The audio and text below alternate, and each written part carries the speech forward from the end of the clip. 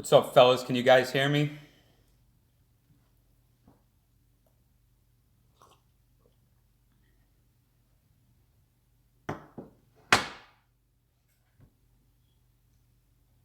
Testing, testing. Can you guys hear this?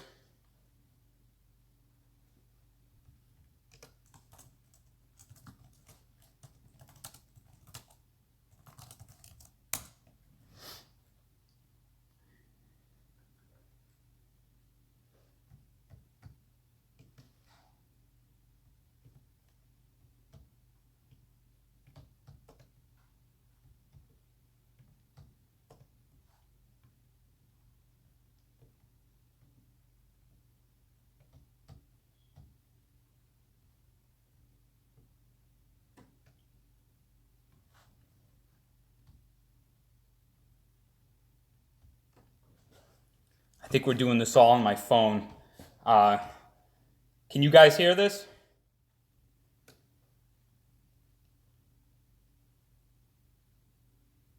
What's up, Phil? Awesome. I got my mic hooked up to my phone. I didn't know if it was going to work, but it looks like it is, so that's good. Just give me 1 second, guys. There's a couple people on the room I set up on my PC, and I'm going to get them over to this stream.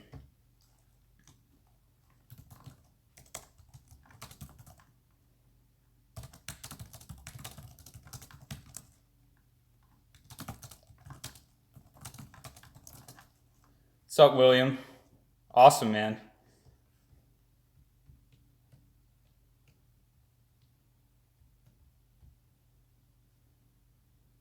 Thanks, man. I appreciate it.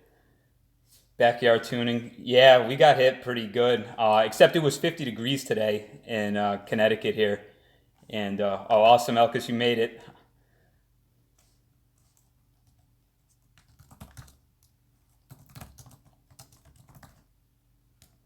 I think we're almost gonna give people like 1 more minute, guys, and then we'll start.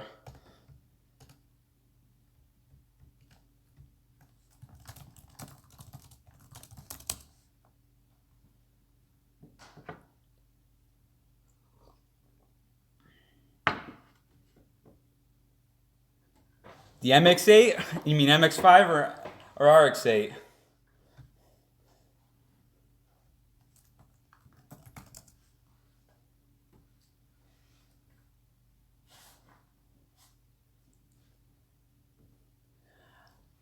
I have two 911s in my garage this winter. That's actually one over there in the cover. It's a yellow 993 Carrera 2, and I have the white 996 GT3 that I had in here from last year. Leon Jones, yes, I still have the black RX-8. I actually just sold the silver RX-8 that I was going to put together for my wife. The prices keep coming down. A buddy of mine just came up here from Florida and he picked up an S2 RX-8 for like dirt cheap. I couldn't believe it. It was 24,000 miles. It was a 2010 and he got it for like nine. Sorry guys, I don't know what happened there. I got cut off. GT3 is my buddy's. He's really, really super protective about that car. He saved up for a long time for that, so I don't know if I'm going to be able to review it. I've kind of thrown it out there a couple of times to him, but he wasn't really too responsive. So I don't want to push it. You know, I get it, letting somebody else drive your car, especially if it's something that you like put your heart and soul into saving up for. So maybe one of these days I'll convince them to get it out. At least go for a ride with a minute.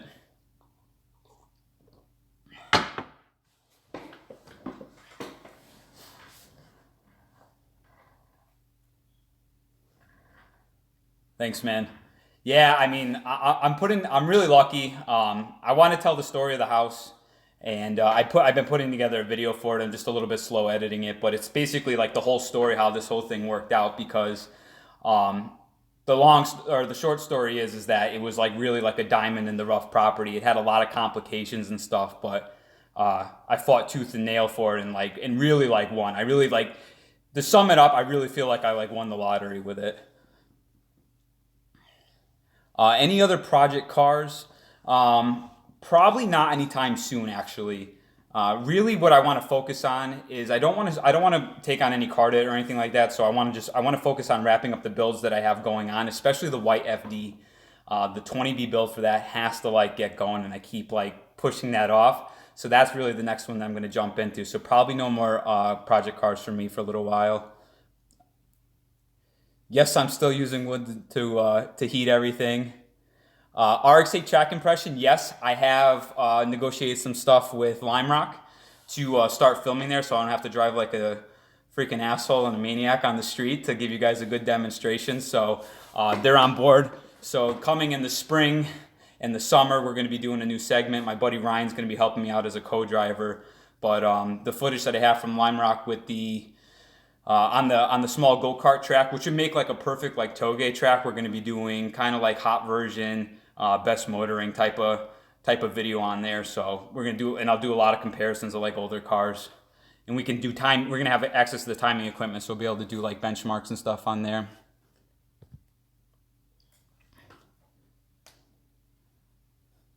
Yeah, dude, best motoring. I grew up on best motoring. That's all that we did in college, was just watch best motoring. GT86, I love the concept of the FRS BRZ, and I've always been a fan of the A86 Hachiroku.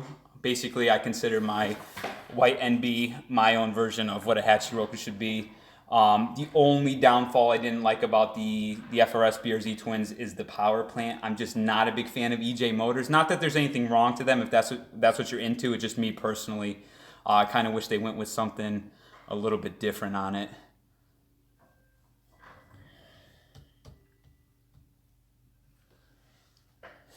Lime Rock big track I'm gonna have as an option this year. It's just really me like willing to kind of put my big girl panties on and do some fast laps on there. I've run my Spec Miata, and I ran my NB there years ago in the rain. The first time I ever drove Lime Rock big track was on a track day in the rain, and it was pretty scary.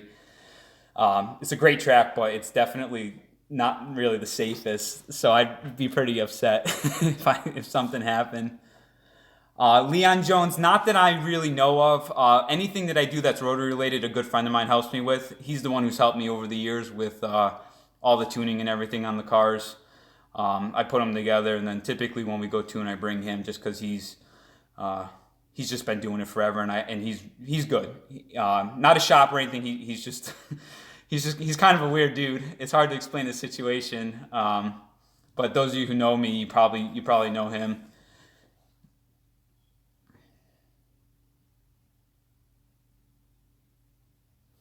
Hey Rick, and actually you guys that are just tuning in, if you haven't seen on Instagram, I actually ran the Turbo Miata at Lime Rock at the end of the year this year for that Axis Series shootout, and I blew the transmission up before I did my time lapse for the like the final timing of the year. So what I'm thinking of is I've been meaning to hold that thought. I've been meaning to make an announcement and start working on that, but I'm going to pull the turbo motor and the whole setup out, so that's going to be for sale in the near future because I'm going to do the 13B in it. Part of the development for the white RX-7, the FD, I'm doing a naturally aspirated 20B. My rotary tuning buddy and I, we're going to test kind of an experimental port that we've kind of talked about, and before I pull the trigger on it and potentially total a 20B, and those of you who are familiar with rotaries, 20Bs are very expensive now. We're going to test it on a 13B first, and I don't drive the red Turbo Miata that much anymore anyways, so I'm going to throw that engine in there to like kind of test this concept. But so if you really want if you want that turbo stuff, private message me, because I was thinking about just selling the whole engine, turbo, management, all the fueling stuff, like everything as like one big package. Yes, I bought a Tundra. It was an '07, 52,000 miles, one owner, from a Nissan dealer in New York. It's actually going back to the dealer. After I took it home, I went and looked at it in the rain, and that was like kind of that sucked. I wanted them to put it inside so I could see the paint dry, and they wouldn't. My Suburban died that same day, so I was like, I'm done working on this, because the way I've gotten by for winters and not having to drive like any of the cars I care about for the past 12, 14 years, I've always just bought beaters, and I nurse them and I fix them and put them back together. So I didn't want to do that anymore. I feel like I'm kind of getting to the point in my life where like I shouldn't be working on these shit boxes all the time. But I took the Tundra home.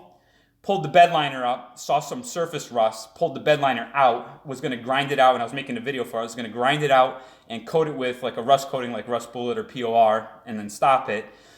The rust actually goes all the way through the bed at all the mounting points. So I got holes in it this big. An '07 Tundra with 52,000 miles. Holes in the bed this big. It's done. Dealer doesn't want to put a bed on it. I'm not putting a bed on it. It's about $6,500, which is just kind of crazy. And so they're going to buy it back. I ended up, because of that, I fixed the Suburban. So I'm just going to keep rocking the Suburban and kind of avoid having a car payment for now.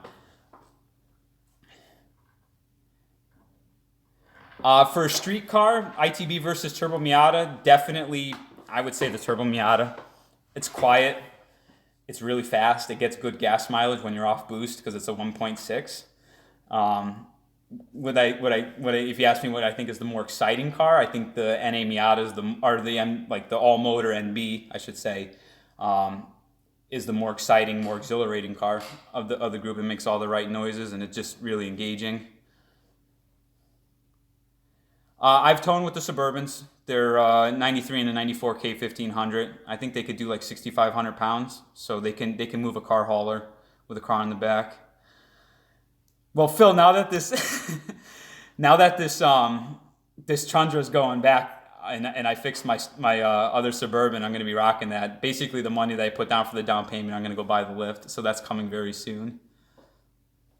Black FD, I want to focus on just kind of more fine tuning. I want to get rid of the Tane Flex that's on there and move to probably like an Öhlins damper, and I'd like to do some stuff to the interior. What's up, Ryan? Yeah, dude, that's going to be sick this year.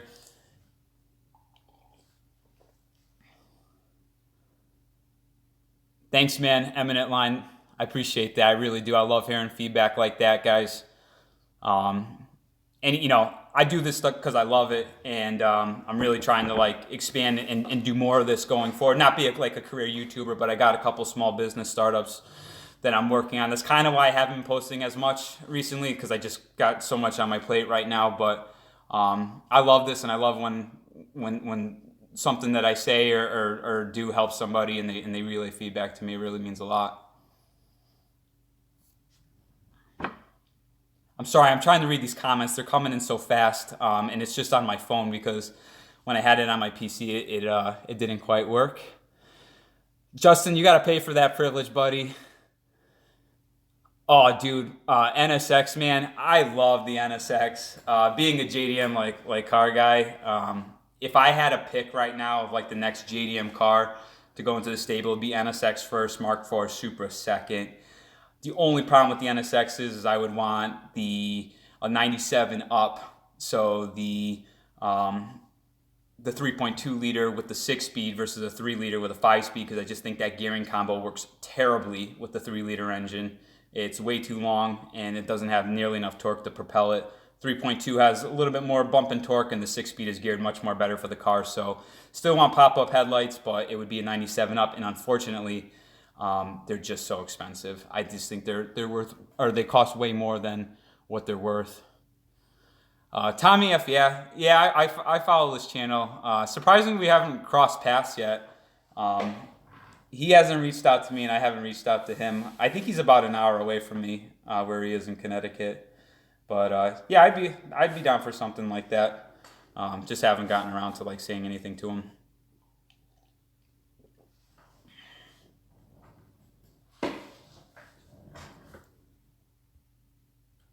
Let's see.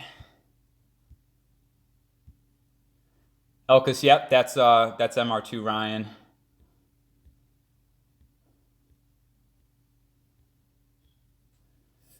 Yeah, actually, speaking of VR4, when I was in high school, I bought a 1992 Mitsubishi 3000 GT SL, the front wheel drive poser one, because I couldn't afford anything else, and I thought that was the sickest car possible. It was a complete piece of shit, and not a good car for a 17-year-old to own. Yeah, Hot Rod. Wood's all split for this year. My wood pile at the beginning of the season was quite impressive. It's still kind of impressive how much wood I got. 987 came in 3.4. Looks very promising for a cheap sports car. I believe 987, especially the 3.4 liter for the Cayman and Boxster, that's the years of the intermediate shaft bearing failures.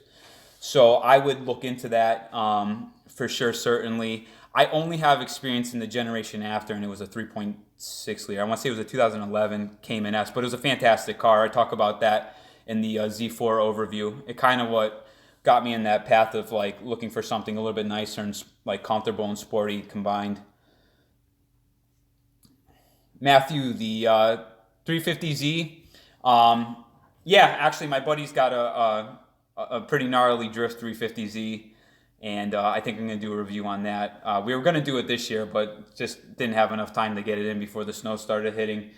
I like the 350Z. I don't love the car. I think it's a little bit too porky. I think the interior and the exterior just don't really like hit me on an emotional level. But when you look at the 350 platform, it's really like a modern day 240. And if I was going to build a drift car, like a dedicated drift car, that would be what I'd get, just because they're pretty cheap. Out of the box, a set of coilovers, and even with the stock diff, if it's still working, it drifts really, really well. So I dig the 350Z. I've thought about 370Z as for like a daily car.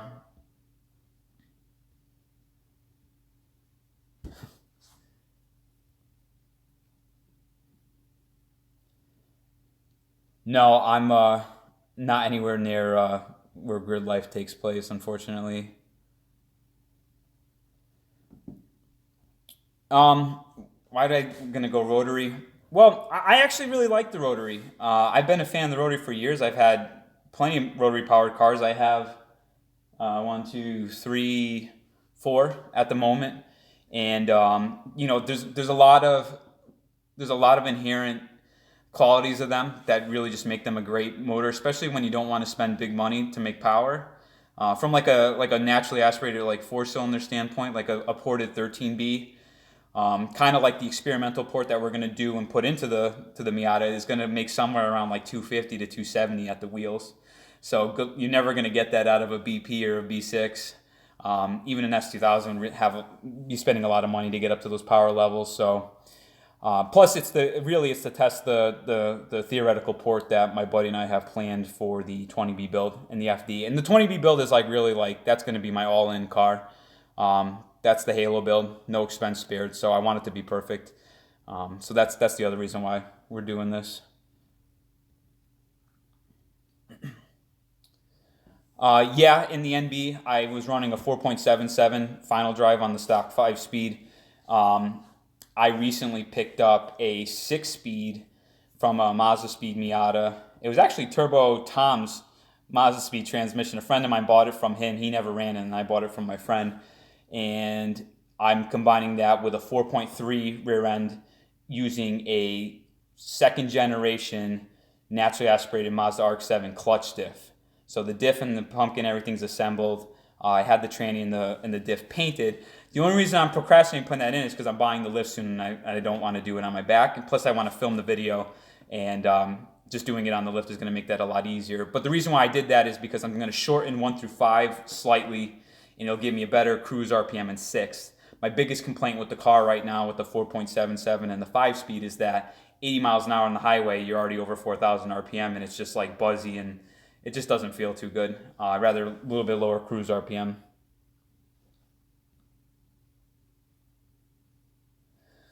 Oh man, I used to sweat Eclipse this so bad back in the day. I would probably never touch one though now. Car mistake story. Oh, of course. I've definitely made my fair share of goofs um, working on cars. I'm trying to think if there's been one that's been really. Oh, I can give you one that's significant. My S2000, the AP1, the silver car. When I pulled that motor and did the refresh, put the cams and built the head and everything into it, when I was putting the hood back on, I needed to space it to clear that giant snorkel intake. And I put spacers under the hood, like the hood props, to kind of make the angle of attack a little bit higher, just to kind of clear where the intake comes across that goes to the snorkel. As I was screwing those in, they were actually a little bit too long, and I didn't realize it, and I snugged them. and when I closed the hood, I had snugged them so they actually indented on the outside of the hood. So that was the other reason why the car's got a carbon hood right now, because I had two dents in the hood because I screwed up. But don't feel bad making car mistakes. I've made tons of them working on stuff, and I've definitely had to order parts twice because I broke shit.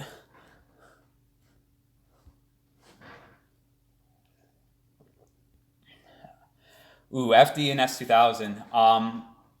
I would say from a fun factor, I would say the S2000 is maybe the more fun car just because it's like got that real eager, hyper characteristic to it. Some like from like a stock standpoint, like the S2000 is more stiffly sprung, more eager, more like hyper behind the wheel. So I would say that's like maybe the little bit more fun car. Um, but you know, modified, it depends on your definition of fun. I mean, I would say the FD is definitely an exhilarating car. It's a very fast car, and it's kind of a handful. The S2000 is awesome because you could just like drive the balls off of it and like be flat foot in a lot of areas because it's lower power. So it's a subjective thing, but like they're both are fun in their own right. Project Great, I did a header install. I filmed the video, just got to put that together. So that's actually going to be coming out pretty soon. I'm going to do, because I haven't posted anything, I was going to put, and I haven't posted any Miata stuff. I was going to put together some montages of just like some of the best clips and like sound samples and stuff, especially for the Turbo Miata, because that thing's probably going away now. But just to kind of keep them, I don't want people to think that like I abandoned the Miatas. They're like, when I started doing the YouTube thing, the builds were like pretty complete. So, um, that's why there just hasn't been much content for them.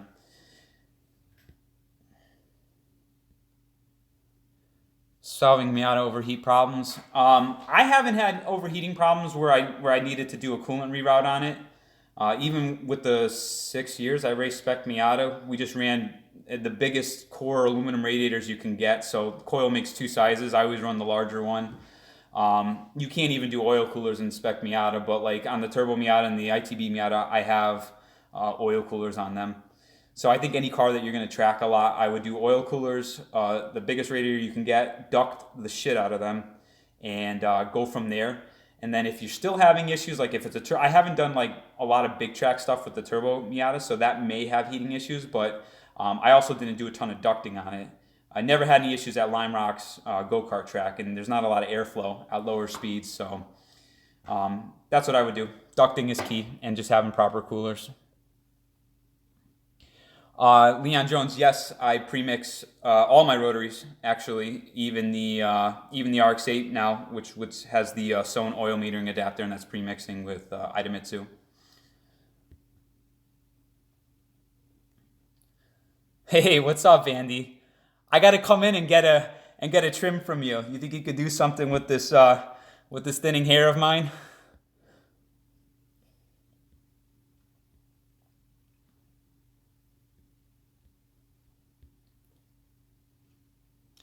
Dan Perlis, yes. I ran the original transmission in that car. I made two second to fifth gear shifts, which is what everybody does. Grinding, didn't force it in, stopped as soon as it started to grind, and then after that, it would always do just a little teensy grind going in. It bothered me, so when I picked up the white FD, it had an original transmission, but with the updated fifth gear synchro installed into it. So I threw that in the car for now. When I do the 20B build, I'm just going to change the synchro on the transmission that came out of the black car and put it in the white car. But yeah, I did have a grinding issue. 26B. I would guys, honestly, I think the 26B builds are sick. Like that is like the epitome of a rotary. Yes, they're weighty. Like they're definitely heavy, but you can get billet components for these cars now. It would cost an arm and a leg, but you can actually make a 26B relatively light. The problem with the thing is that everything is custom on that.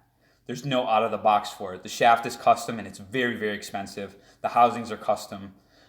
You have to move stuff around. Like it's a lot of fab. There's no real like bolt-in solution for it for like mounting and stuff. So I think for the overall balance, and really what I'm building the white FD to be is kind of to be like a 997.2 Porsche 911 GT3 like competitor. So something that has like some accoutrements on the interior, like some niceties, stitching, suede, leather, but is like pleasant on the street, but like you can just run it to the track and like hot lap it all day and then drive it home. So that's like kind of the goal for the white FD.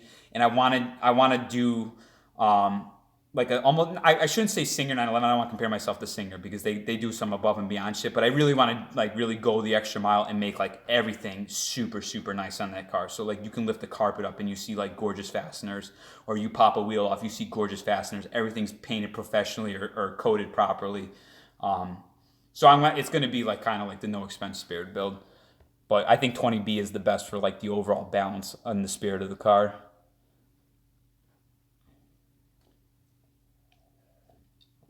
NC is an awesome car. The suspension design of it is based right off of the RX-8, just shorter wheelbase. Um, I've always liked the NC. I just haven't gotten around to buying one because I've had so many smaller cars between the Miatas, the S2000s. I just had to like draw the line on how many of the tiny like more hyper cars that I have, and I want to explore like more GT cars. Kind of like the BMW. I wouldn't say the RX-7. The FD is a GT car. That's more of like a sports car, but um, I want to move into like bigger stuff just to kind of diversify a little bit. I do need something mid-engine though. That's what I'm really lacking right now.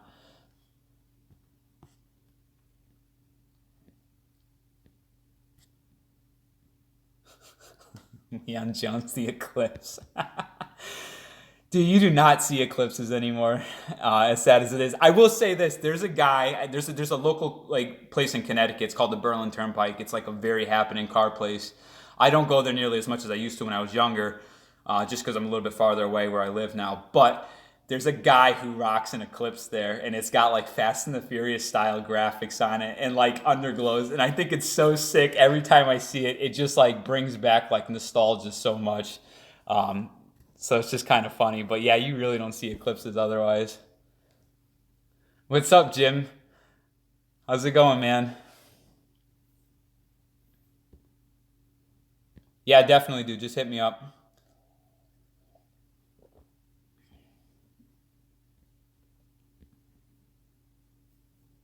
Thanks, Project Skyrise. For the experiment port, we're gonna do 6 ports, so we have like the bigger housings and stuff. But I think we might close them up and do a peripheral, um, like a smaller peripheral port. I don't want to give too many details on it, but I'm gonna document the build and I'll show you all the machining and stuff.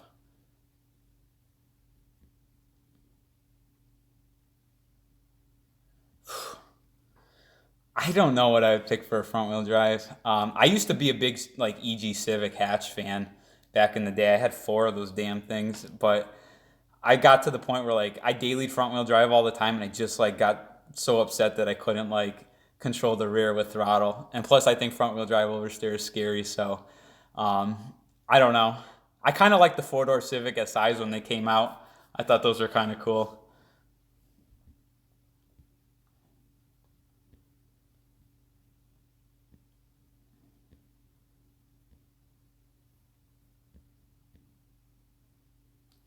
No, dude, if you did the cool and reroute, I mean, I will definitely say, like, just looking at my exhaust manifold, the fourth cylinder runner is always like color changed a little bit more because you could definitely tell it gets hotter. All I'm saying is that I've never had overheating issues with that, so I definitely think there is some merit to it. I would hope that the companies that developed that weren't just selling like garbage. I just don't think it's as necessity as people have made it out to be. The real benefit of that is like maybe over the long run your cylinder 4 would like wear more normal versus the other ones, if that's even a thing. I haven't really done any teardowns because I haven't had an engine failure yet, so I haven't been able to really see if like compression was lower or like there was more wearing on the cylinder sleeves. That's where I think the coolant reroute would really shine. If you had a dedicated track car that you were going to run for a long ass time, it would maybe prevent like some like premature wear in cylinder 4, if anything. Kyle, I thought about it, but I also feel like I should keep it just because that's the only S2000 that I have, and I don't know. I have a hard time like letting go of stuff like that. But I actually did put a canvas top on that. It's not the original top. It's a Robbins, and it is doable yourself. It just takes a long time. If you were going to tackle it, I can certainly share what I learned. And there's also a good guide on S2KI for how to do it. Chris, Evo 8.9. Interestingly, I actually have an Evo 8 here. It's a buddy of mine's. I'm storing for the winter. It's only got 16,000 miles on it, and it's mostly stock other than like an intake and an intercooler. I did drive that before storage. I had the camera with me to shoot a review for it, but the car was like having like a breakup issue around 4,000 RPM. He doesn't know what's wrong with it. So above that, it was fine. So I kind of got to feel it out. I remember when the Evo came out, and I had a hard on for the Evo 9 for a little while, NMR, and he's got a pretty fast MR, which I'm also going to review.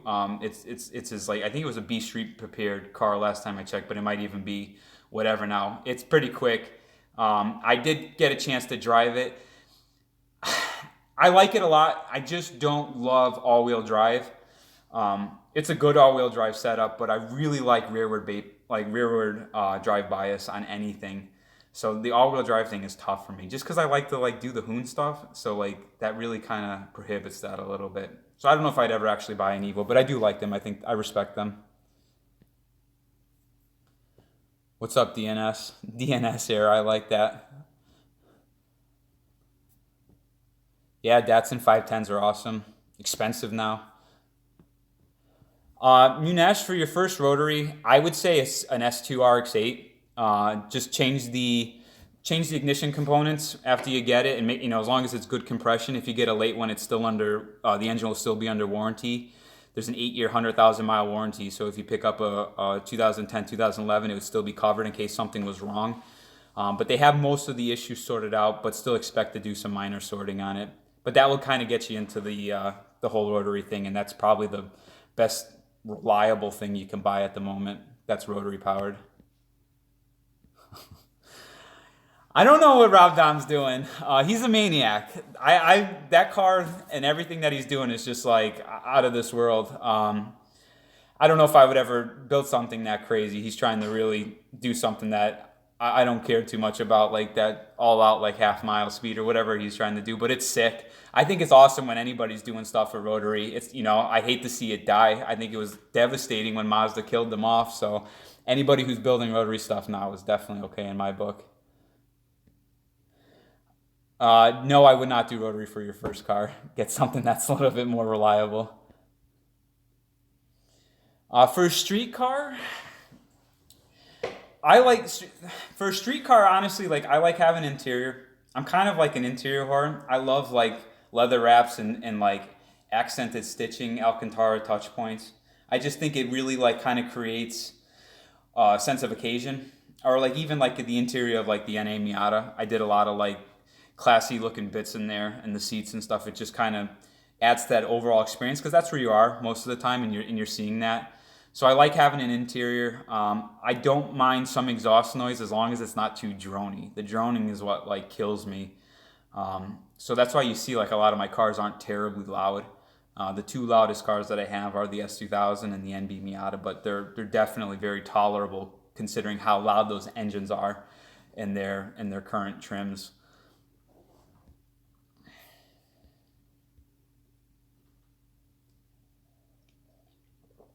Awesome DNS Air. I don't think you'll be disappointed. The RX-8 is such a fantastic car.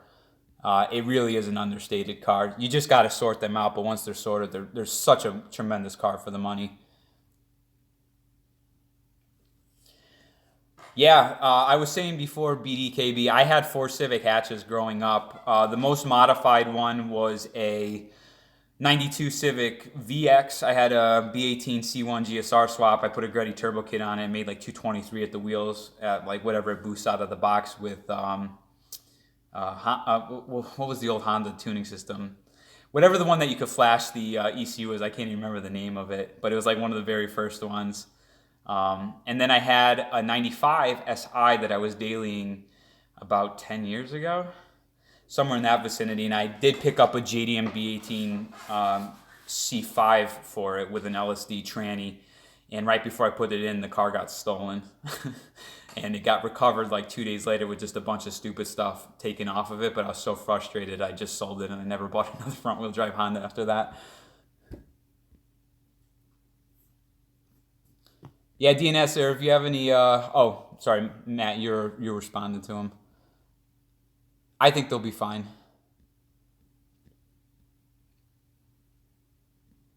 Yeah, Mini Coopers are cool, but just not, again, I'm just not into front wheel drive anymore. I really can't comment, Hot Rod. I can't comment too much on aero. I don't do much aero on the cars, but I think any of the big wings with like a front splitter is a place to start.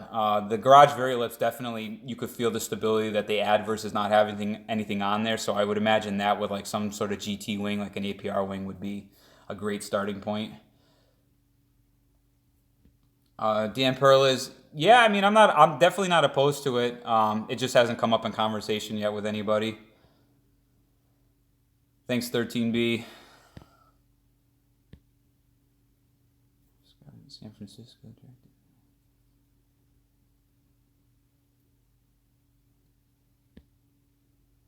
Yeah, Project Skyrise, that's awesome. Shoot me a PM, and we'll make sure we keep in touch.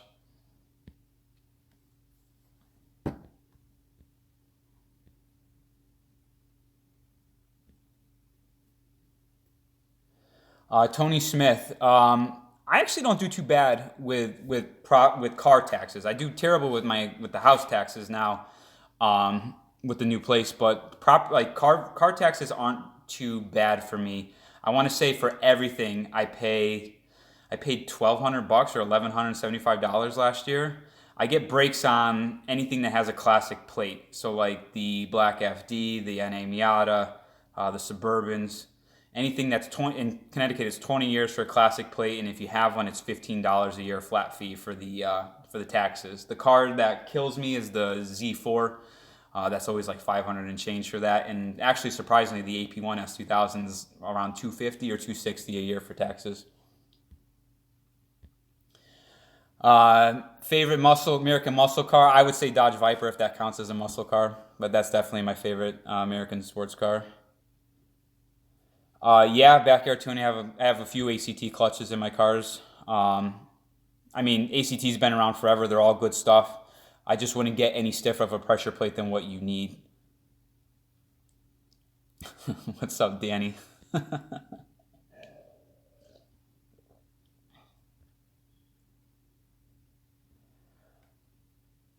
Nickel. Yeah, I mean, it's tough, man. I have three bucket list cars left right now, and I don't know if I'm gonna get them, but it's NSX, Mark IV Supra, and a Viper, either a Gen 2 ACR or a Gen 5 GTS. Um, so those are what I'd like to have in the long run. They're just not in the budget anytime soon.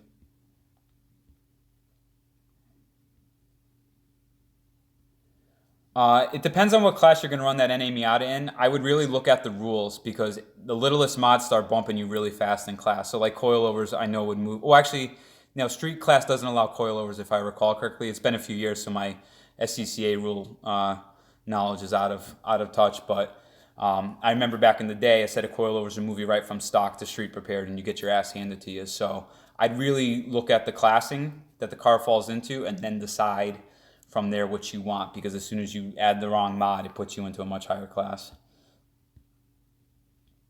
Just Corey, sorry man, that car is staying with me till I die.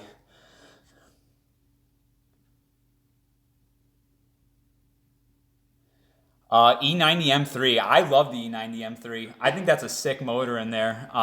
It's really a damn shame because all the high revving BMW M engines. So the S54 that's in mine, I think it's S65 is the V8, and then S85 or S82, whatever the V10 is in the M5, M6. I think those are awesome, awesome motors. Plus they come with ITV stock, which is really sick. The V8 and V10 though, I'd be really wary of because I've seen so many rod bearing failures with them. I don't. That's pretty much what deterred me. I wanted an E92 M3 for a daily for a while, But I was just too afraid to take a chance on the motor because the motors aren't cheap and there's a lot of reported failures for the rod bearings. My theory is that it's because they all run 10W60, which is such a damn thick oil, and especially with the iron block in my Z4M, it takes a long time for that to get up to oil temp. So I think a lot of people who buy these think, oh, modern car, I can start it up and just drive it. And I think that's why they prematurely wear. It's just a theory that I have, but there's no real scientific proof behind it. The ND is definitely a modern car. That chassis is very rigid, and that's really where it feels different. The NA, NB, you could definitely feel like older cars, especially the NA.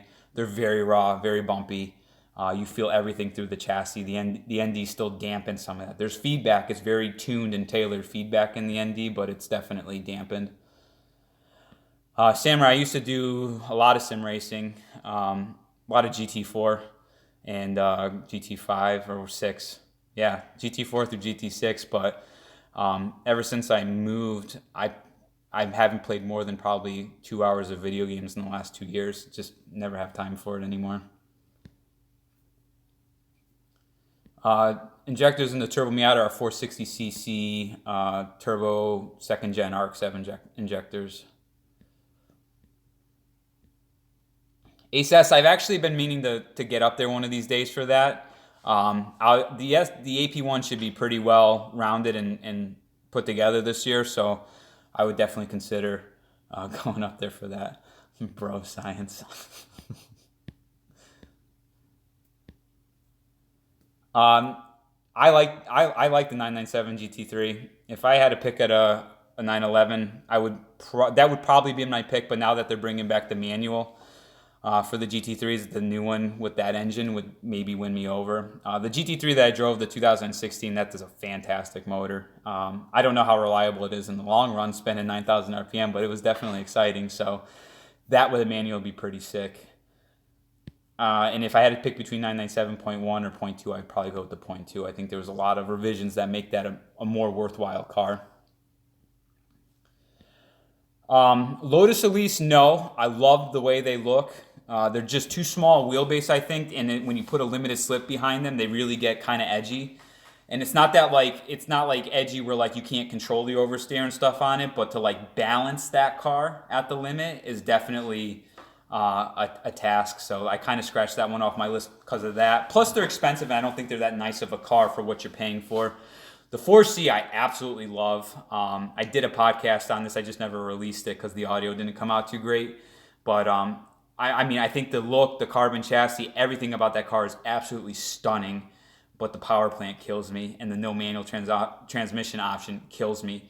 I could tell you guys this though: if the 4C came with a nice V6 that's like a little bit more higher revving, say like 75 or 8,000 RPM, with a 6-speed manual, that car would be my #1 bucket list car that I would be doing everything in my power to buy if it came with those things, but it didn't. So unfortunately, I probably wouldn't touch one.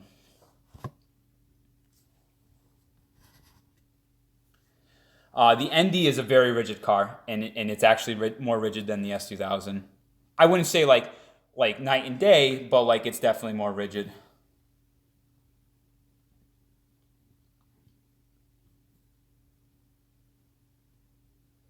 Thanks, Siraj, man. That's awesome. I appreciate that. You guys go race my buddy Dan there, Nervash. He does a lot of sim racing now.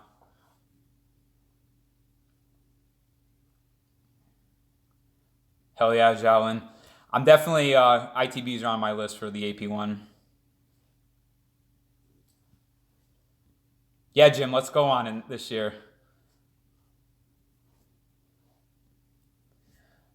The Miata horsepower thing is really hard because every time I got to a different level, I would always want more. So I think stock is definitely underpowered. When I had 150 at the wheels with the first ITB setup, that wasn't enough. 172 was better, but still not quite enough. 185 is better, but I lost some of the low and mid range, and it's more peaky like an S2000 now, so I still feel like it can use like another 30, 40 horsepower. I think ultimately my NB is going to wind up with a K series, something making around 230 to 250 wheel, and that may be perfect for me, naturally aspirated. And I would say the Turbo Miata at 254 with 236 torque is probably about the limit of where anywhere you go up from there starts to get really stupid of a car. I would never buy a CR. I don't particularly like the aero that comes on them, and they're so expensive. Or maybe they're not anymore, but they were when that was the winning car for B stock autocross. Anytime, hot rod. Yeah, I know. I've been slacking on the upload thing. I was telling people before. I have two small business startups on the side right now that I'm working on, so that's really been kind of time consuming. Plus, all the nonsense with the Tundra really consumed things the last couple of weeks. But I'm gonna try to get a video out tonight, depending on what time we run this till. Um, but yeah, I know I'm slacking. Over the next couple of weeks, I'll get back on track with like weekly uploads again.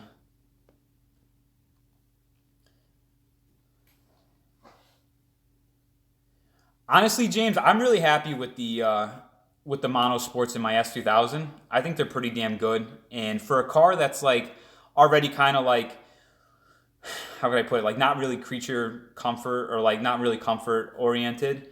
I don't think the Olins on like on a Miata or an S2000 are really necessarily worth the money. So you might really be happy with the mono sports. I think they're perfect for the AP1. They're nice enough to get around. If you're going to daily the car, then maybe get the Olins to have a little bit more better valving for comfort. Chris, no, I wouldn't buy an Evo 8, Evo 9. Zetas are cool. I don't really have any experience with them, but I would imagine they're definitely good suspension. Yeah, I know. I got to get down to North Carolina one of these days. We'll if we do, maybe we'll do. We should plan like a meet up, and we'll all go rip around. The problem is I don't want to drive one of my cars down there. Not because like I don't trust the car, it's because like I would want to take something like the NB, but like cruising down the North Carolina on the highway with that thing just buzzing away, I'd probably want to like pull my hair out. So that's like really the whole reason why I don't want to bring something like that down there. Maybe the BMW I would drive down. What's the fun in trailering it? Yeah, Ryan, let's pile up in your sport cross. That would be perfect.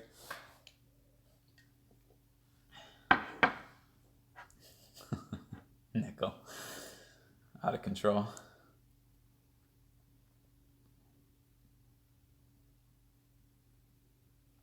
Ooh. See,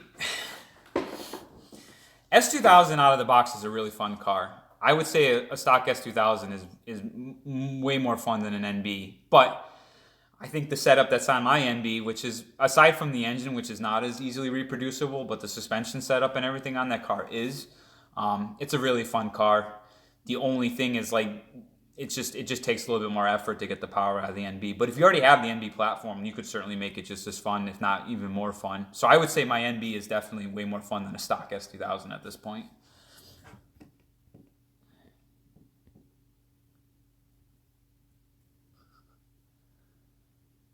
You want me to review it? I'll review your SI. I haven't done one front wheel drive review, have I? You could be the first if you bring it down to me. No, air plugs in the NB. Yeah, I mean, but it's just also like those Lotus seats are definitely not they're not grand touring seats, that's for sure. So that may get a little bit daunting. I know I'm just making excuses. I'm being a sissy. Um, I'll bring something down. If we do that this year, I'll pick something. Because if I'm gonna do Tail of the Dragon or Blue Ridge Parkway, like I want a car to do it right in.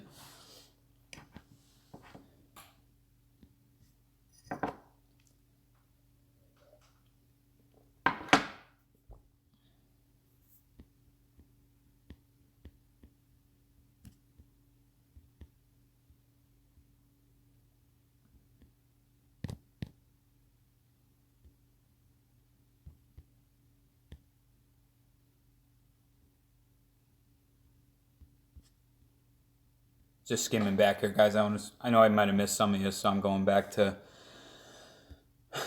see what I missed.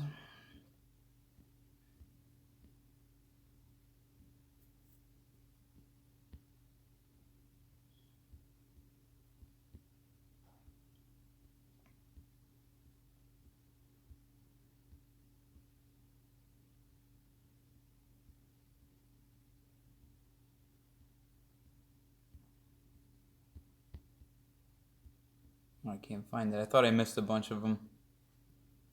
If I missed you, just ask it now. I'll catch up to you. What's up, man?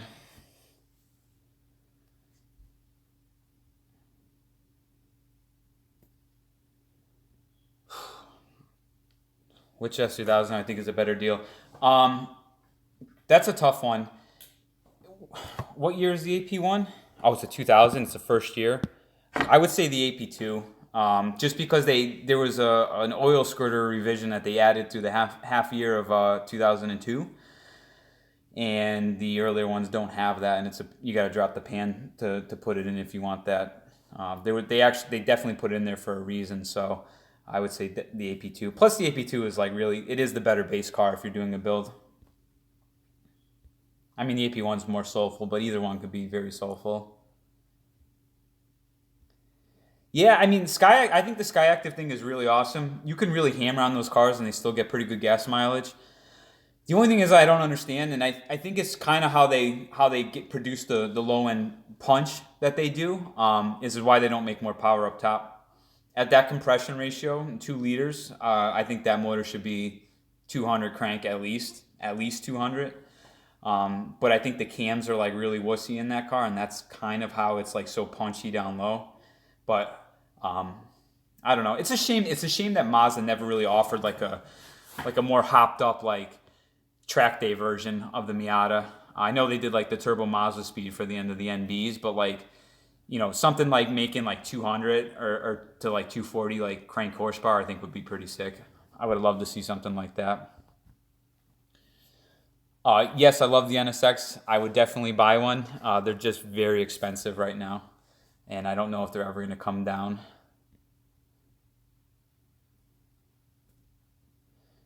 Yeah, once I swap the 6 speed in the 4.3 into the NB, it may have a decent enough cruise RPM to make a long trip like that. Dan, yes, I have. There, I've heard mixed things about that motor. I've heard people making a lot of power for a long time reliably, and I've heard people have like nightmares. Looking at the packaging of that, I don't love it. I wouldn't want to work on it, but I mean, they seem like they're pretty stout. They're definitely juicy out of the box. It's not a slow car. The open diff thing really is annoying though, and diff solutions for non-diff BMWs are very expensive.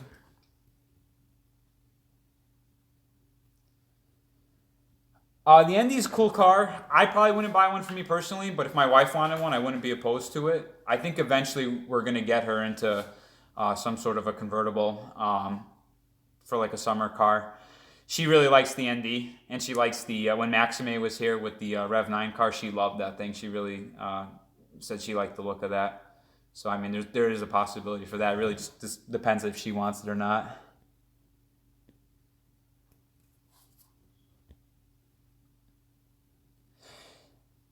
Yeah, it's funny, Ryan. We both feel a little bit different about that. I always felt like the AP2 felt slower stock, even though I know it's not. Yeah, the SCCA and B was like cool because it was lightweight and stuff, but like the engine and power plant was the same. It would have been if that thing was 200 horsepower out of the box, that would be pretty cool. That would have been a really awesome car.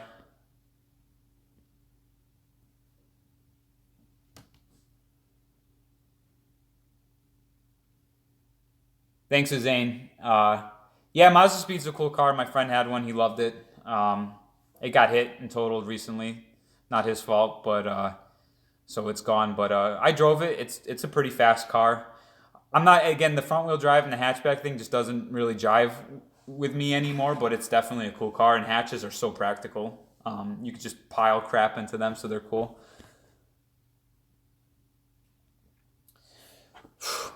I have mixed thoughts about the Civic Type R. I think it's sick that like it's as fast as it is now, but like I just feel like Honda, the company that Honda was, you know, 15 years ago, is not the same company that Honda is today. And after they like killed production of the NSX and the S2000, there really hasn't been a Honda that's like really excited me. I always accredited Honda for making the best production naturally aspirated four cylinders, and I think it's a shame that they don't offer anything. Even if they offered it like again like a Type R or some sort of like enthusiast model,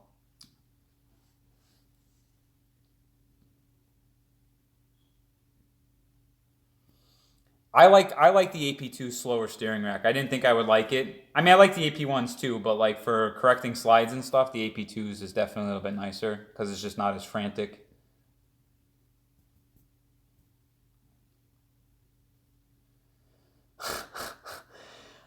My brother literally just got rid of his used, I think it was a 2010 Range Rover. I don't know the exact model of it. It had an inline six in it, so whatever one came with that, because at 50,000 miles, I think he bought it with it. It was nothing but problems, like and stupid problems, stuff that like shouldn't break was breaking, and I think he had an issue with the AC. So I don't know if I'd recommend it, but I'm not too familiar with those cars to like really comment on them.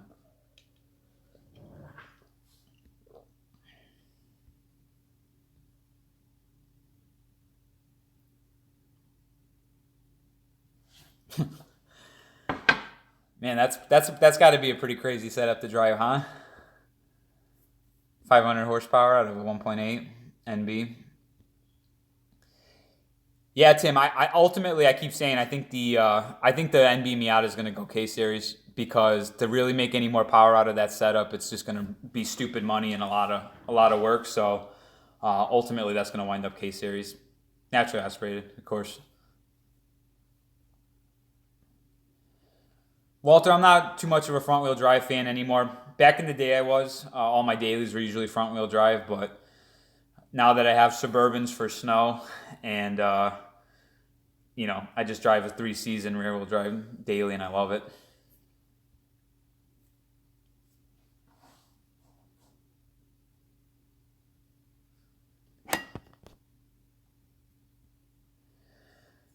Thanks, 503 Toge. There's actually a company that makes a subframe kit with 13B mounts. There's a couple places that sell it. If you just Google it, you'll get them. I think that's what I may run. I'm going to have a conversation, but if not, I'm just going to buy one of the tubular mountless subframes for the NA and B, and then just weld on the mounts for the 13B where we want it. Yeah, Matthew, I definitely agree, man. It's a shame.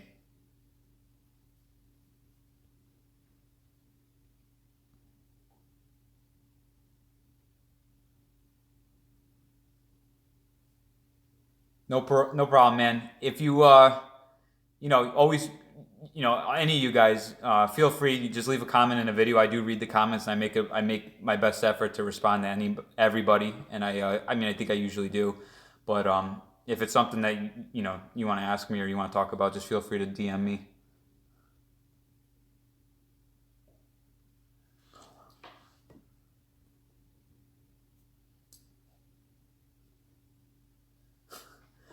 Thanks, Dan. One of the things that was driving for when I'm doing car reviews is because I got so fed up of watching these other guys and they just like don't push the car. I would get so frustrated, so I just end up turning them off. It's a hard thing to do because when I do a review, I want to show you guys the car in like as best of a light as I can. And there's risks, and I get my balls busted about it. And I hope people don't think that like I definitely don't think about that stuff because it's one of the most nerve wracking things to do. But having access to the Lime Rock track is really going to be key for this because that's kind of what we're going to do. We're going to focus on some of like the tuner cars and stuff like that, and at least a very safe venue, the go kart track there, and it's like a small toge track. Special stuff that's like well put together and well sorted and trustworthy. I could do stuff on the big track for it. I haven't driven a V8 Miata. I think it's cool. It looks like Flying Miata puts together pretty well sorted builds. I don't know how much of a handful it would be because the Miata is a car that's meant for like 100 torque. But other than that, I think they're cool. I don't have anything against them.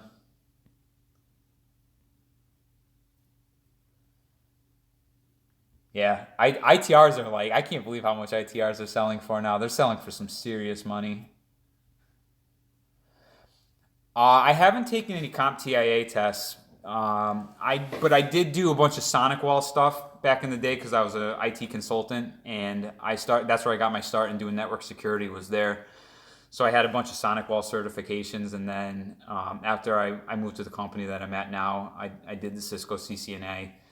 So that's kind of the last cert that I got. I took training for other stuff, but honestly, I don't think a lot of places care too much about the CompTIA stuff.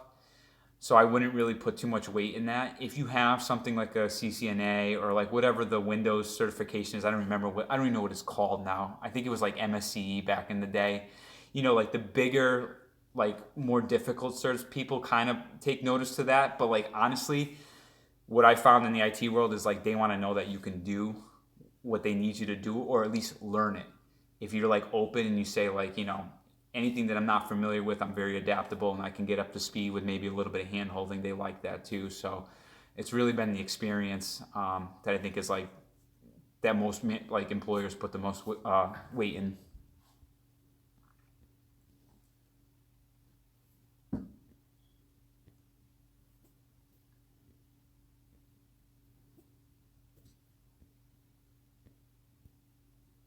Yeah, if I was going to do a case swap, I was actually looking at a JDM K20, sell all the extra bits like the LSD transmission and everything, because that one's kind of like the closest to an F20, I think, for the K series, and I think that would be like pretty fantastic. Plus with modifications in a Miata.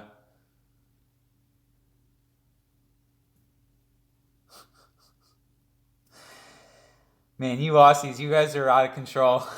I love watching videos that come out of Australia because you guys go hard. You do stuff like crazy down there. That's awesome, man.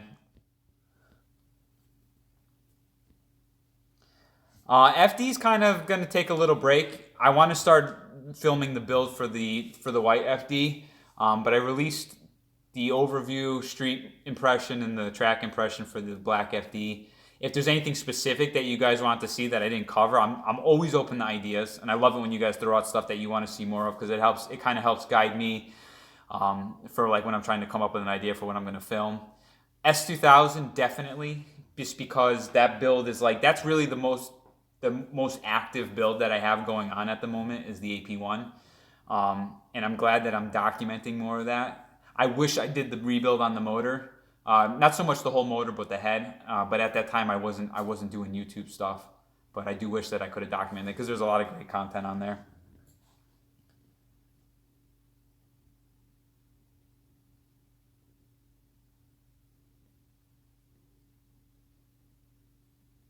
And yeah, don't ever sell that AP1. They're only going up in value.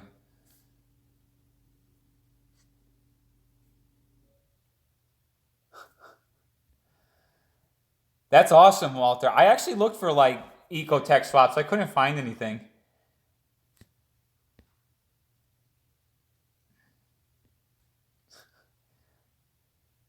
Yeah, somebody supply me an ITR. I'll test it. Thanks, Nicholas, man. That's awesome. I really appreciate that.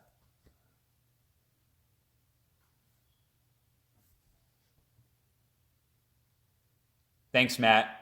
Yeah, I mean, I'm not trying to say like I'm like trying to toot my own horn, but like I really love that. I mean, I really do love like the whole automotive thing, and I think I like sharing every spectrum of it. So I really try to like add diversity to the channel. So you get the driving footage, you get like if you're interested in the car, you can watch a video and hopefully get a good idea of what the car is like dynamically. And I like doing the technical stuff too. Part of being a car guy is wrenching on your stuff. I understand not everybody can do it. There was times when like I didn't know what I was doing or I didn't have the resources. Um, but I like documenting it too because it's just sharing knowledge, and I try to be like as accurate as I can and as much of a resource because the internet's let's face it, the internet's become a tough place to sometimes find like good knowledge for stuff.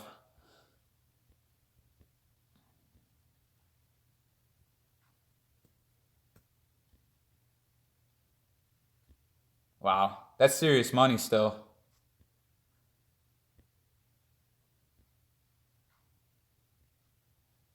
Thanks, BD.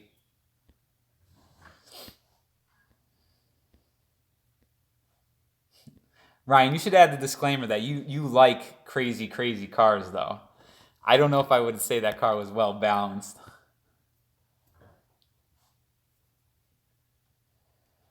Almost purchased new.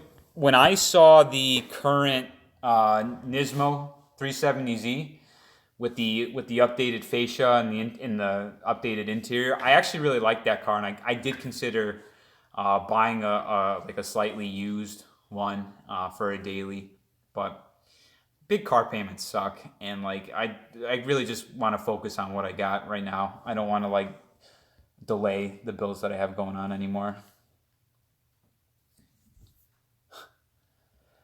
Um, I've never had issues while filming, believe it or not. When I was filming the AP1 driving review, right, like first acceleration run out of the box, I blew right by a state trooper on that back road.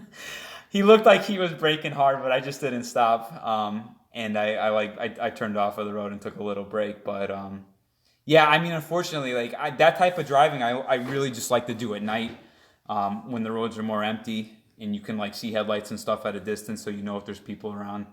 But can't film at night. The footage just doesn't come out.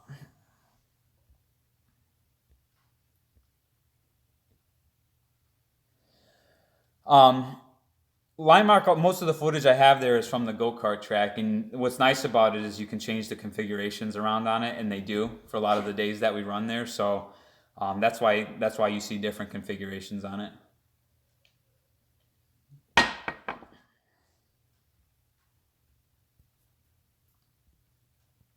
240Zs are sick. I need to build something retro. After I get the white FD like project some good progress on it, I would look into picking up something more old school.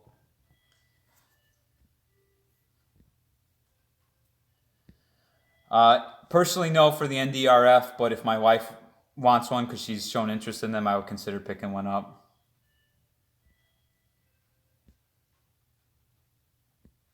Thanks, Matt. Yeah, no worries, man. It's all good.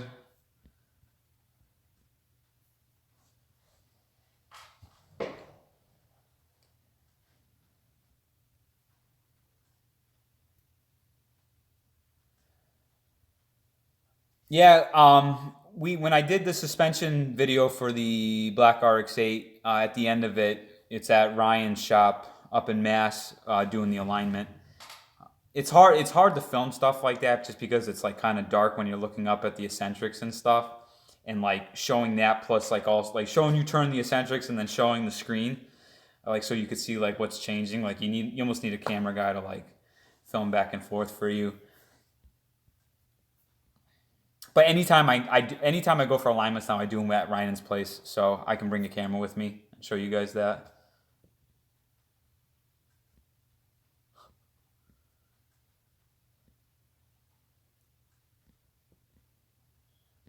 Willie, as I said before, I love the FRS BRZ, like the overall size of the car, the weight of the car, that is front engine, rear wheel drive, limited slip diff, manual transmission. I think the whole essence of the original A86 is awesome. I'm just not a big fan of the EJ series motors or Subaru flat engines for that matter. Actually, even Porsche flat engines I don't really care for. I just don't want to work on them, so that's what prevents me from buying one. But if the FRS came with like a VQ, like the VQ 37 or 35 out of a Z, I'd be down with that. I think that would be a pretty sick ride. I almost put that footage too, Elkis, in the or like I keep saying you're in Elikis, if I'm saying that right. I almost put that footage in the video, but I was like, yeah, I don't know if this will come back to me and bite me, so I didn't. Lotus Elise Gs, yeah, they're cool cars. They're pricey. They don't really jive with my driving style, so I just like cars that are you don't have to fight as much to balance them at the limit, and like that's a car that's really just meant for pointing and gripping. It's not really like a blissful car at the limit, especially when you put a limited slip diff under them. No, the S2000 is not done. There's definitely a lot more content in store for that.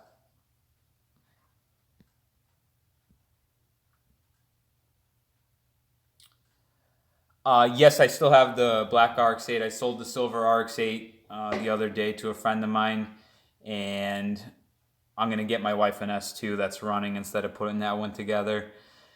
What do you mean changing the front and rear, like the bumpers on them?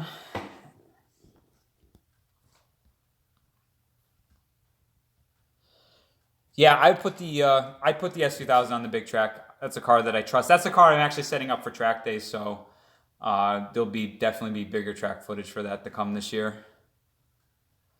Best lightweight wheels. I like Enki RPF1 stuffs for lightweight because they're cheap and they're very light given their sizing. I have those 14 by 7s still. I just kept them because they're so damn light. They're like 8 pounds and change a piece.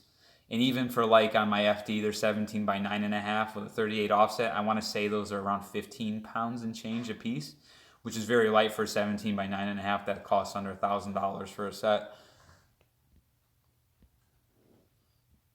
Dude, that Celica was sick, man. That would have been an awesome car to review, right?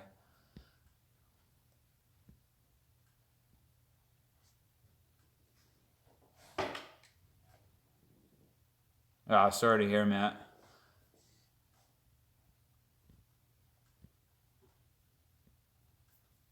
See you, Dan.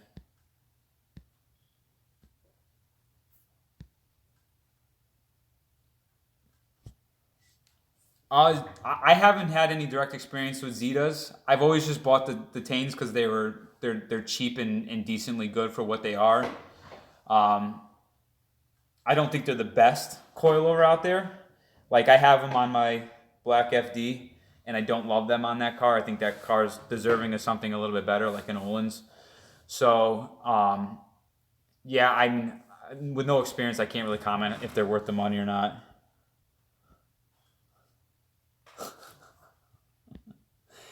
Yeah, when you gonna bring it up here, Nickel? When you bring it up here, I'll review it, and maybe I'll even put your spark plugs in for you.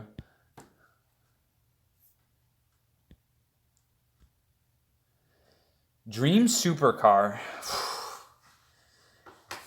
That's a tough one, and Ryan and I actually talk about this quite a bit in our conversations. If you could pick anything that you want, like what would you pick? I always think of like practicality, and I think about would I work on this, and do I want to like pay for maintenance and stuff on it?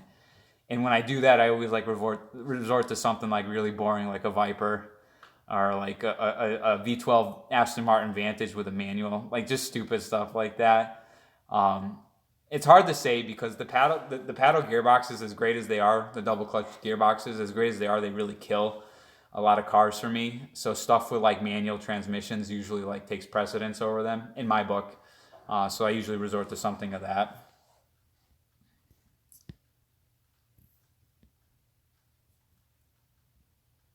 Dude, 2GR in an MR2 Spider, that'd be sick. Be like a lightweight NSX like destroyer. Not as sexy, of course, but it'd be an awesome car. You like Sorry, man. Yeah, I'm not the best with names.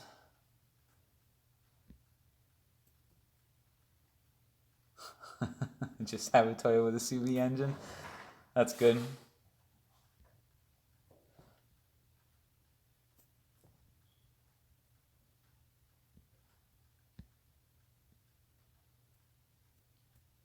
Thanks. Definitely not a Russian bot. I appreciate that.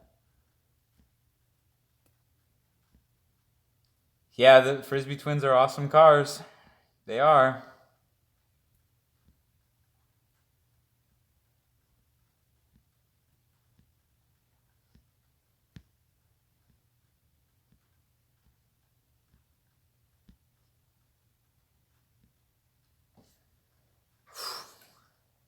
F40 or GT40. I thought about building a Ford GT kit car until I found out you can't get roll up window options for any of them. So I scrapped that. I love the Ford GT. I think that's a sick car. I love the look of it. Not so much the. I would do something a little bit different with the motor. I'd probably do like a crazy like NA build on it, something that was making like 5 to 600 horsepower naturally aspirated. And I think that thing would be a riot. Really like that car. Love the overall look. F40 I think is a gorgeous car too. Um, I think the F40 with the engine, the V12 from the F50 would have been a perfect car.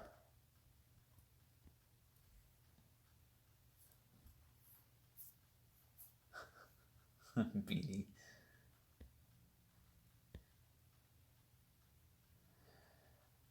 Um, I don't know if I would own an RX-8 as your only car. I I haven't had any like breakdowns with mine, but it is still relatively low miles. I'm getting close to 40,000 miles now on it, and I bought it with 22.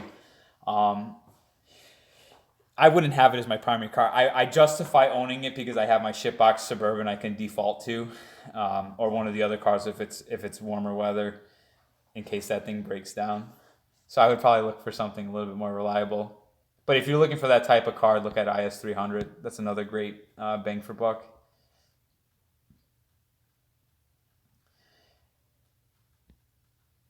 Matt, I would love to review a Viper. I had seat time in a Gen 2 GTS years ago. He had drag radials on it and like normal street tires in the front, so I couldn't really push it too much and get a good impression for it. I mean, out of the box, like the car, I mean, it didn't feel like a complete piece of crap. You know, like a lot of people bagged that car saying it was junk and really chintzy. I mean, yeah, the plastics are a little bit cheesy, but like the car itself wasn't nearly as bad as like people had made it out to be. And I did have some seat time in a Gen 5 GTS on that go kart track at Lime Rock.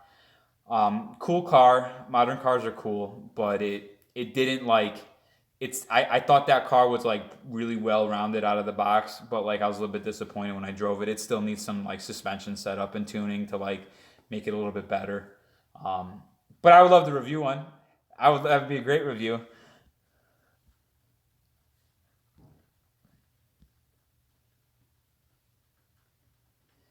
Yeah, Continentals would be fine. Extreme contacts. I have DWSs, which I think are wussier on my AP2, and because like or my I'm sorry, my AP1, but because the S2000 just like already generates grip inherently out of its double A arms, like those tires would be plenty grippy for street. You know, it'd be plenty for the street.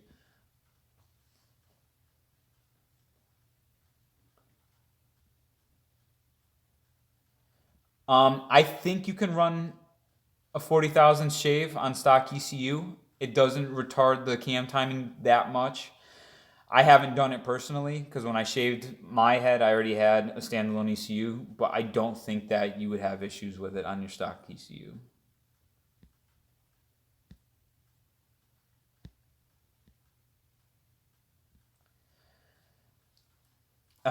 I love the 8086, and I that was a car that I did really consider building until I drove one. You know that saying like never meet your heroes? It was kind of like that with the 86. A friend of mine has one, and it's cool. It has throttle bodies and stuff on it and bolt-ons. I don't know what the horsepower was. I think it was 135 at the wheels or 130. Um, I drove it on Lime Rock's go kart track, and I was just like, man, this car just needs so much setup. That chassis, that chassis is one of the loosest like recycled tin feeling cars I've ever driven, and it was like really upsetting. And the dash is pretty ugly too, so I would have to do something about that. So me personally, no, I probably wouldn't build it. I have the NB for that. The NB is like my version of a Hachiroku. Um, but you know, if you like them, like don't let me discourage you because I still think they're awesome cars. I just probably wouldn't buy one. I don't think catch cans are necessary. Like you have to have them. Cars like the like my Turbo Miata, which you know you have a lot more going on for like crankcase pressures and stuff. I think that's a good idea for a car like that. The NB with the ITBs, I don't have PCV or anything like that anymore, so I dump it into a catch can. So in those cases, I think they work well. Or like S2000, which you know you get a lot of blow by through the PCV system, and that just gums up the back of your valves. When I did the breakdown of the F20 in that car, the back of the intake valves and actually the exhaust valves have so much carbon on them that a lot of them weren't sealing anymore. So during the leak down test, you could just hear air pouring out, and it's because those valves weren't sealing because of the amount of carbon on them. So in that case, I think a catch can makes sense.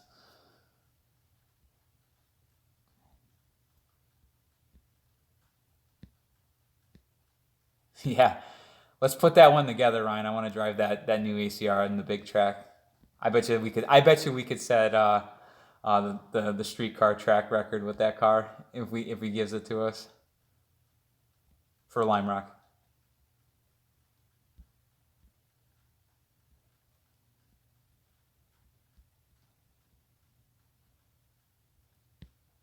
Yeah, Kevin, I think it would be fine. I don't think you have too many issues with it. Put 93 in it though.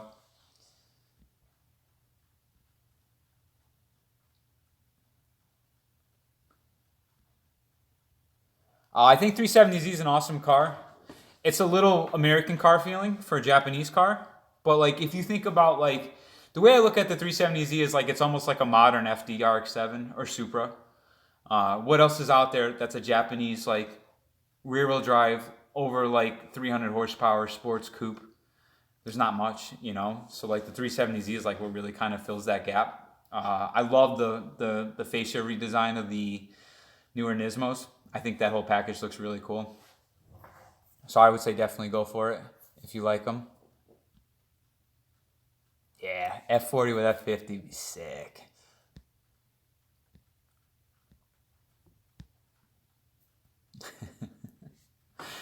914 with a Subi motor K24. Well, just because I'm not a big Subi fan, I would definitely go K series. I love Honda engines. I think they are some of the best put together motors out of the box.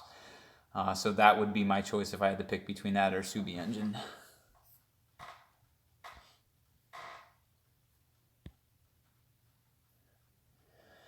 Nickel, I've wanted motorcycles like on and off for years, but like Ryan always busts my chops because like I don't want like street bikes. I just want like some like dorky cruiser thing, like a Harley Davidson like HD. I think it's HD 72, whatever that like fat tired looking one is, like lowered and blacked out. I think that'd be sick, but like I just can't bring myself to buying a motorcycle because if I get totaled on it and I can't drive my cars anymore, I'll never live it down with myself. So that's what's always prevented me from getting a bike.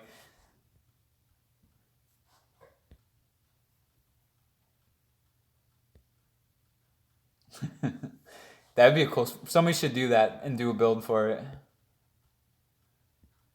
Rod Down's four rotor stuff is awesome. I think anybody who's building four rotor stuff is like that's already gets a that's a I tip my hat to them because four rotor stuff is not cheap, and I think that's why his stuff has taken so long to finish. It's just because of the amount of work that has to go into it.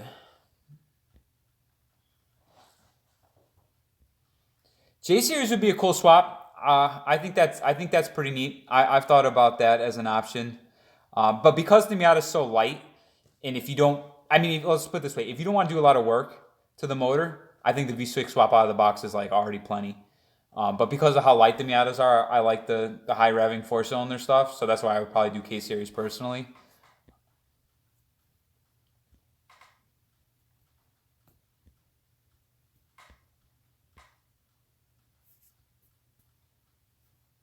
That's cool.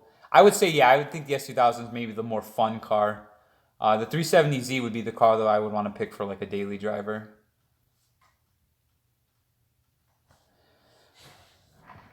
And so I don't know what the weight balance would be. I would imagine it's not that bad because it's all aluminum, that V6, and you're getting rid of the iron block of the BP.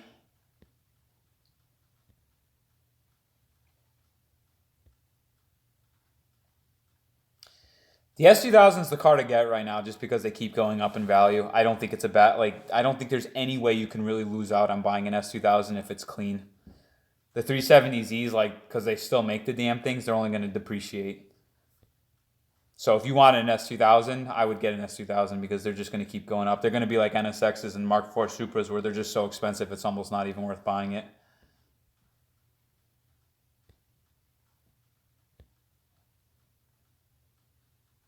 Yeah, they're definitely more like meathead muscle car ish, but they're different is they still have um, dynamics and like athletics. So 350, 370Z is definitely cool.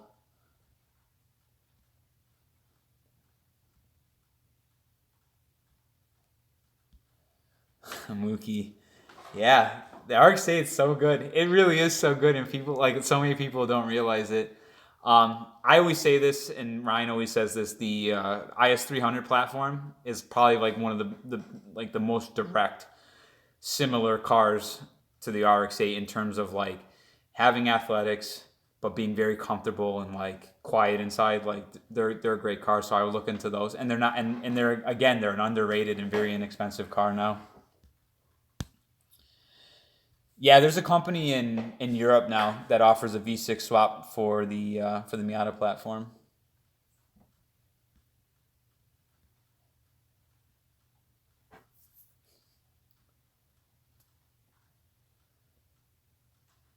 I'm not a big Mustang fan, but I really like that GT 350.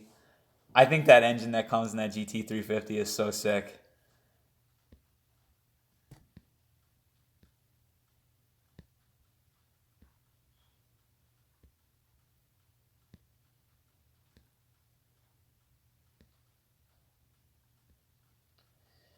Um, a friend of mine who lent me the Ferrari 456 that I'm actually working on that review. I just finished up the interview with him.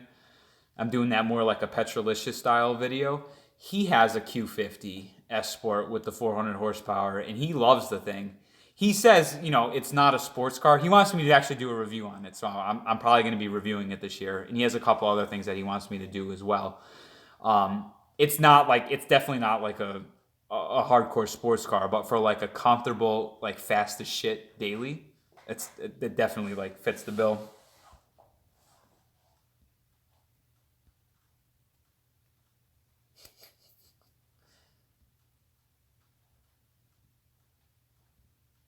Nickel, your bike stuff.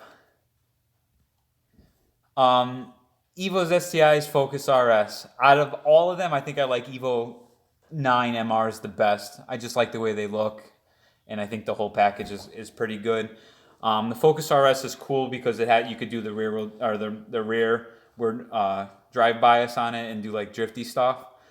I'm not much of a hatch guy anymore. I rocked hatches all the time when I was younger. Um, but I just feel dorky in hatches. Not that there's anything wrong with them. It's just for me I don't love them. And then STIs, this goes back to that Subaru engine thing. Like I just don't want to deal with the EJ or any of that flat four stuff or flat six.